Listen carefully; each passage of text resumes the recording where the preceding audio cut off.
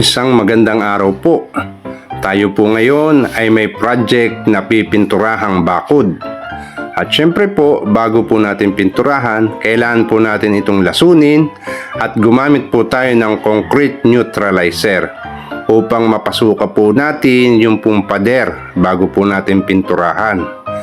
Kinakailangan po natin itong patuyuin ng buong maghapon para po bukas ay pwede na po natin itong lapatan ng primer. At syempre po, kahit po putik ay atin pong lulusungin. Malagyan lang po natin ng neutralizer o ng lason ang pader bago natin simulang pinturahan. Isang magandang araw pong muli mga kaobra pentura. Yung pong nilagyan natin ng neutralizer kahapon ay atin na pong kinakaskas at nililiha upang malapatan na po natin ito ng primer. At aantayin po natin yung mga basa-basa na yan na matuyo upang malapatan na po natin ng primer. Maganda po kasi ang panahon ngayon. Siyempre po hindi natin pwedeng lagyan ng primer kung basa pa ang pader.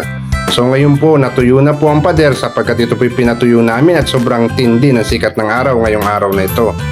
Kaya sinimulan na po namin lapatan ng primer ang buong pader na ating pong nilagyan ng neutralizer kahapon. So ayan na po at ang ating pong mga kasama ay nagsisimula na pong magpagulong ng ating pong primer sa loob at labas ng bakod na ating ginagawan. At syempre po ating pong minamasilyahan ang may mga pinagbunutan ng pako at basag ng semento. So ayan po, makikita na po natin yung pong aliwala sa paligid sanhi ng ating pong pagpapatong ng primer. At sa darating na araw po, papatungan na po natin yan ng final coat. So magandang araw po mga Cobra Pentura. Finishing touch na po tayo ngayon sa ating project. Ngayon po ay pinipinturahan na po natin ng final coat.